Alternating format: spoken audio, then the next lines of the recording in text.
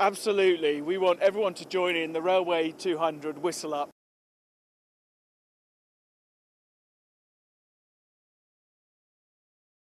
And create a cacophony of sound, a fanfare of fun for people to blow whistles, ring bells, and join in what's the start of a 200-year anniversary.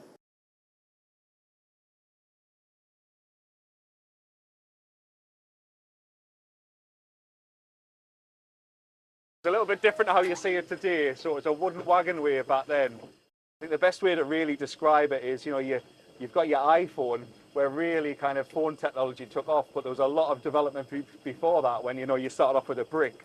And we're kind of the brick, You're really. the brick. Yeah. I love that.